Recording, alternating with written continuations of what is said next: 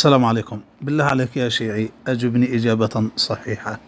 لماذا كل حياتك يا علي يا زهراء يا خوله يا شريفة يا سميكة، مع أن القرآن كله ولا في هذه الأشياء كلها لا أحد يقول يا علي ولا أحد يقول يا خوله ولا أحد يقول يا زهراء، كلها قالوا ربنا اغفر لنا ولإخواننا، اللهم اغفر لي رب اغفر وارحم وأنت خير. المهم كلها نداء لله مباشرة. لماذا تتركون القرآن وراء ظهوركم وتلجؤون إلى الضعفاء؟ أنا يا أخي والله العظيم والعياذ بالله لو قررت أن أكون مشرك سوف أدعو شيء عظيم وكبير وقوي. أنت يا شيعي لجأت إلى المعصومين المظلومين الهاربين الخائفين الجائعين العطشانين المكسرين المصفوعين الباكين المرضى المطعونين الذين في سكرات الموت. ليش يا شيعي ما تلجأ إلا إلى أضعف المخلوقات؟ روحي فداك. على العموم علي بن أبي طالب حاول أن ينقذ أم كلثوم وما قدر. شوف، قال لما خطب عمر ابن الخطاب إلى علي ابنته أم كلثوم قال يا أمير المؤمنين إنها صبية، يعني يحاول أنه يدافع عن أم كلثوم بكل ما أوتي من قوة ولم يقدر. في الأخير عمر هدده بقطع يده وقال له يا خالقنا الكرار إذا لم تعطيني بنتك قطعت يدك. فخضع أمير المؤمنين وفشل في إنقاذ أم كلثوم. تمام. أيضا أمير المؤمنين عين راح إلى أبي بكر وكان يطالبه بفدك وفشل ولا قدر يرجع فدك. فقالت له الزهراء يا ابن أبي طالب اشتملت شملة الجنين وقعدت حجرة الضنين أضرعت خدك يوم أضعت حدك. يعني كانت تبهذله لأنه شوف يا ابن أبي طالب اشتملت شملة الجنين. فأمير المؤمنين لم ينقذ أم كلثوم ولم ينقذ فدك. أيضا يوم انهيار ضلع الزهراء ما قدر ينقذ الزهراء، حتى أن الزهراء كانت تنادي فضة وتقول يا فضة أدركيني، ولم تقل يا علي ولم تقل يا خوله ولا يا سميكة.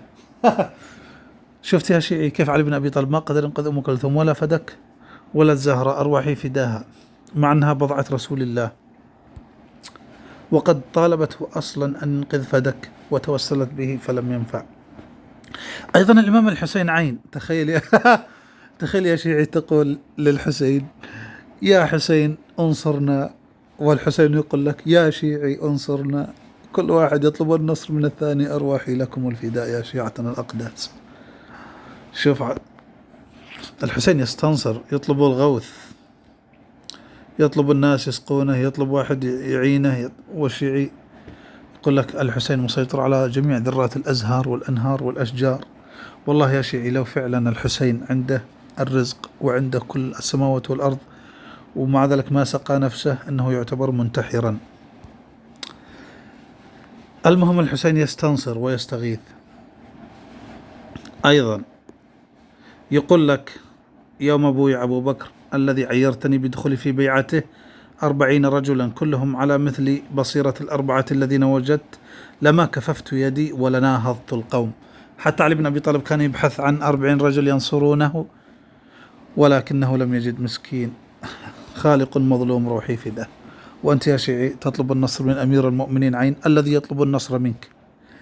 ما هذه اللخبطة يا شيعتنا الأطهار؟ أرواحي لكم الفداء.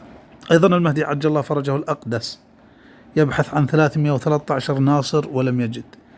يقول لك لو كان في الشيعة 313 واحد صادق لخرج المهدي عج. يعني يا شيعة كلكم منافقين ولا فيكم رجل رشيد، كله نفاق. تدعون أنكم تحبون المهدي عج وفي الحقيقة أنكم تسرقون خمس المهدي عج وتسرقون وظائف المهدي عج وتسرقون الحكم. لو جاء المهدي لقاتلته أصلا. أنتم تريدون الحكم، أنتم تريدون الزعامة، أنتم تريدون الإمامة، أنتم تريدون المرجعية. صدقوني أنكم أعداء المهدي عج، وأن سفرتكم هي سفرة المهدي عج تأكلون باسمه. أيضا علي بن أبي طالب كان يبكي، يقول لك قول أمير المؤمنين إن القوم استضعفوني، مخلوقاتي هزمتني، إن القوم استضعفوني وكادوا يقتلونني فلا تشمت بي الأعداء. قال فنادى علي عليه السلام قبل أن يبايع والحبل. يا شيعتنا الأقداس أرواحي فداكم. يا ابن إن القوم استضعفوني وكادوا يقتلونني. تخيل الحبل في عنق أمير المؤمنين عين وهو يسيطر على ذرات الأنهار وينصر شيعتنا الأقدار. طيب يا شيعة، إذا كنتم تقولون يا علي وهو يسمعكم دائما ويراكم، معنى ذلك أنه يسمعكم ويراكم حتى في ليلة الدخلة، وهذا تجسس ما يصلح يا شيعتنا. مثل ما قال للمرأة يا سلفع يا سلسع يا التي على هنها شيء بين ومدلع. أيضا يا شيعة عندك نوح وإبراهيم. نوح كان يستغيث لابنه أن الله يغفر له ويهديه، فلم يهديه الله. تمام. معنى ذلك ما يقدر ينقذ حتى ابنه. النبي صلى الله عليه وسلم كان يحاول أن ينقذ بعض الناس فيقول له الله استغفر لهم أو لا تستغفر لهم، إن تستغفر لهم 70 مرة فلن يغفر الله لهم. حتى النبي ما يقدر ينقذ أي واحد. إبراهيم عليه السلام كان يستغفر لعمه فقال له الله لن أغفر له، وخلاص كتب عليه أنه كافر، فلم ينقذ عمه. فالمهم يا شيعتنا الأقداس، الأنبياء والصالحين وكذا ما ينقذون أنفسهم، ما يقدرون ينقذون آبائهم ولا أمهاتهم ولا زوجاتهم ولا فدكاتهم ولا أم كلثوماتهم ولا أحد، وأنت جاي تستغيث بناس ضعفاء مساكين. تخيل يا شيعي والله العظيم تحط نفسك في مواقف بايخة.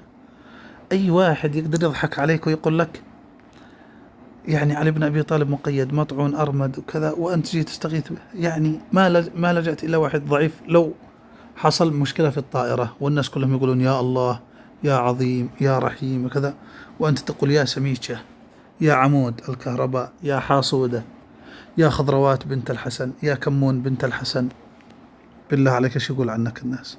والله انها سخافة يا شيعي. تستغيث بواحد مثلك وأضعف منك، أصلا أهل البيت أضعف منك والله يا شيعي.